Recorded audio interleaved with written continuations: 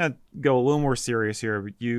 We're all in the business of history and preserving culture and heritage. So we had a question from Alan Anderson asking, how much, Jamesie, do you think the average Scotsman knows about their own history or their family heritage? Are they as passionate over there about it as we tend to get over here?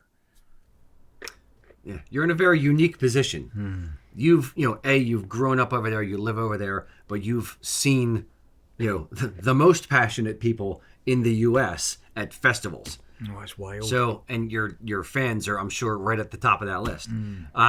So compare apples and apples if you could, or are they truly apples and oranges? Coca-Cola and Iron Brew. Yeah.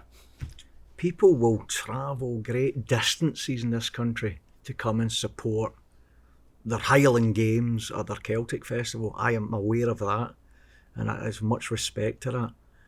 They are very passionate about it here, much to the ire of some people back home, and I don't understand that myself.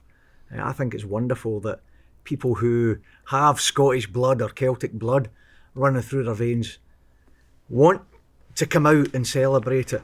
I think it's wonderful. Now, to address the first part of that question, I'm 52 years old this year. Can't believe it. I made it. You're an old man now. Who would have thought? Arthritis is taking over. Really? I'm an old man now. This guy are going to have words later. Yeah. I got 5 years on me. You're not that much older than me.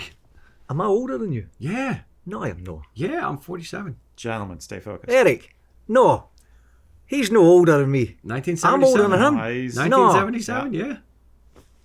He's confusing me. When I was growing up and at school, you went to something called academy. You went to your primary school. And I don't know how to equate that to your grades and all that carry on in this school. And then you went to academy. You never got taught Scottish history. So people in my age bracket would have had to learn about Scottish history later on in life and become interested, educated, enthralled. Because it certainly wasn't happening when you were 12, 13, 14, 15, 16. The only thing that you could really relate to in Scottish history is when the national team were playing football at the weekend. When Scotland were playing, another country, then everyone became Scottish for the day, Everyone became uber Scottish, But you never get taught about it at school, and I have my own theories on that, and I don't really want to wander down the political road to madness here. But, since, and this is the third time I'm referencing that movie Braveheart. I was just about to equate it. You stole my angle to the answer, but go ahead. That movie came out, whether it's right or wrong, and we all know our history, so we know it's wrong, most of it. But what it did for Scotland, your money can't buy, that publicity. Yeah. Scotland exploded, and I said it earlier. Overnight, everyone and their granny wanted to be Scottish. Overnight. Yep. People were going back to the cinema to watch it on repeat, No one had ever shouted freedom before. Yet here we've got it getting shouted at the top of the mountains, out of car windows, in the boozer on a Saturday night before somebody get a glass in their face, freedom, bang, I'll get that stitched. He will never take our freedom!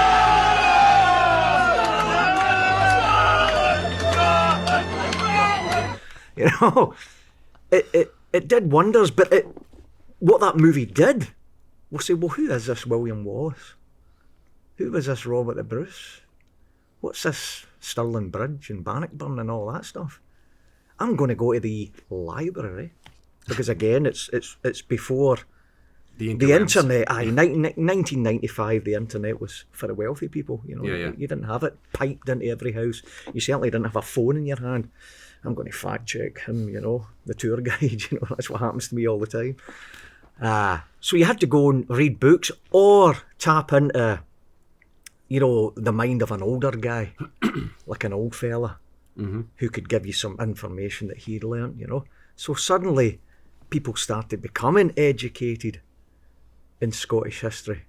That's what I would say about my home country, you know. I think there is certainly a lot of people now in Scotland who are super educated in this time of the internet, and maybe through the internet they have gone on to explore old books and whatnot. And I think, you know, if you start getting into that Victorian time frame of reading books, Scottish history, and like what it was like to walk around Scotland, to live in Scotland, I think that's where all the gold is, right there. If you pick up those books, that's where the gold is.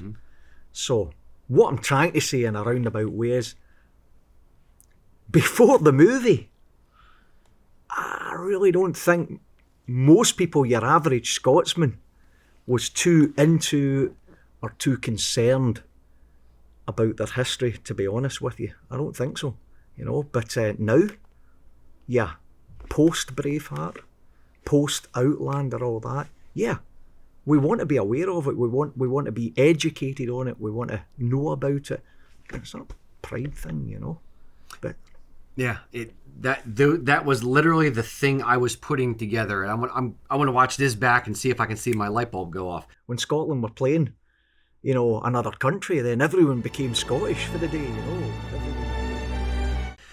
That was the thing I was putting together as you were starting to talk before you got to the Braveheart thing, was if you didn't learn about your own history, your own culture, different from English culture, British culture, in schools, in elementary school, in, you know, lower grades, even up to high school, and it wasn't a big thing in your family because maybe your parents didn't know it, and your family weren't history nerd type people. You're starved for that. You're starved for that connection. In this, and I'll say it in the same way that Americans tend to be starved for that connection. That's why we want to go to Celtic festivals. That's why we want to connect with our own family heritage and our own family histories and where our families came from over in Europe, over in Africa, wherever they came from. It's a part of who you are. And this is just in one country, in Scotland. If what you're saying, you know, jives with what I'm thinking, it's you were all starved for it because it wasn't taught to you. It wasn't given to you. You just didn't know you were missing it. You felt something missing. And then Braveheart just lit a fuse. And that was one of those things where it was like, oh, we are cool. Oh, this is interesting. Is this really what happened? And then you start digging into it, and it just ignited a sense of pride. I was only, 18 or whatever it was in 1995, but I remember in the U.S. how big Braveheart was and how it came out and everyone wanted to be Scottish, and they had the token Irish guy in the movie, so everyone loved the Irish guy too. But it's one of those things where it was a powder keg going off, and a powder keg of pride and of self-exploration and of heritage exploration. And it's just, in America, it has happened the entire time because we've been missing it the whole time. In Scotland, you just didn't know. You didn't know. You just weren't taught it. And I can address this question from the actual writer of Braveheart's point of view, a man called Randall Wallace, beautiful human being. Got to spend a lot of time with him. Ended up having lunch with him out in LA in his office. And when you go in his office, it's beautiful.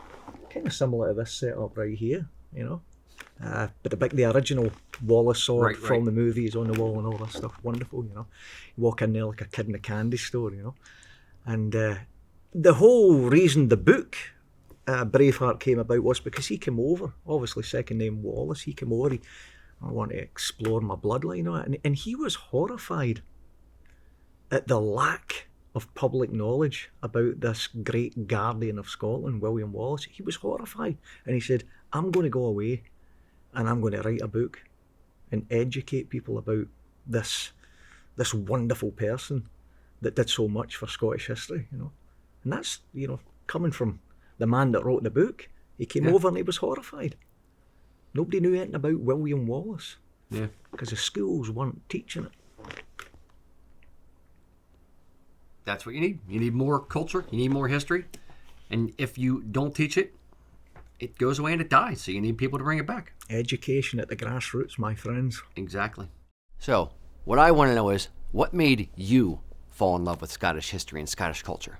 Was it a band like Albannach?